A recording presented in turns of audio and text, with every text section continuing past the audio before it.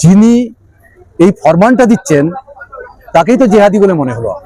কোনো শরিয়ত শাসন চলবে না, কখনো জেহাদিদের কোনো কথা চলবে না। একটা নির্দিষ্ট সময় আর নির্দিষ্ট সম্প্রদায়ের ছেলেরা মেয়েরা সেখানে নামাজ পড়বার একটা সুযোগ পেত, তখন সব ছাত্ররাই চুপ করে মুখ বন্ধ করে বসে থাকতো, আর টিচাররাও এই বহুদিন ধরে এই শরিয়ত শাসনকে মাথা নিচু করে সহ্য করত। আর এখনো চলছিল, মানে কাল পর্যন্ত চলছিল।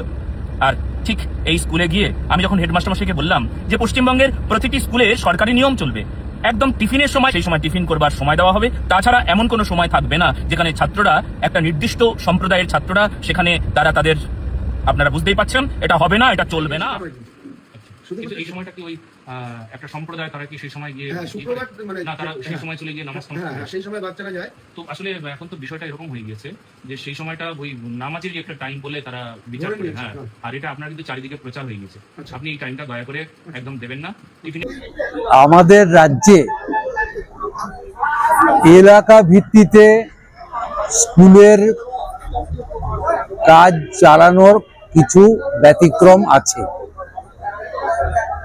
ধরুন, যেখানে মনসা পূজার খুব রেওয়াজ আছে, পঞ্চমীর সময় সেখানে স্কুল বন্ধ করে দেওয়া হয় বা হাফ ডে করে দেওয়া হয়। এটা ডিআই, মাস্টারমশাই, অভিভাবক, শিক্ষানুরাগী সবাই মিলে আলোচনা করেই ঠিক হয়েছে যে যেখানে লোকাল ফেস্টিভ্যাল যা আছে সেই অনুযায়ী ওটাকে অ্যাডজাস্ট করা।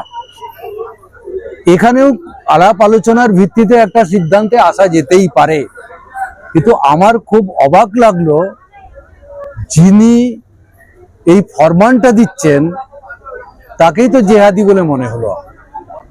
কোন এখতিয়ারে তিনি একটা হেডমাস্টারকে এরকম পরামর্শ দিতে পারেন?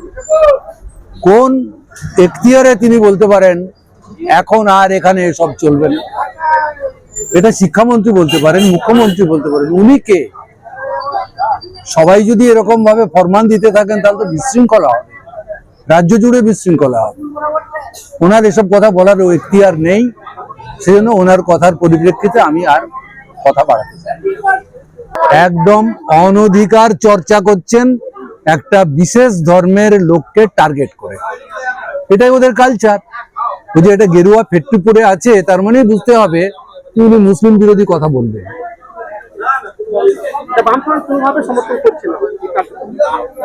বামফ্রন্টের কথা হচ্ছে, কোথাও কোনো ধর্মীয় বা স্থানীয় উৎসব, মেলা, অন্য কোনো কালচারাল ফেস্টিভ্যাল ইত্যাদি থাকলে সেটা লোকালি শিক্ষা প্রশাসন, শিক্ষক, শিক্ষানুরাগী তারা বসে তার সমাধান খুঁজে বার করবে।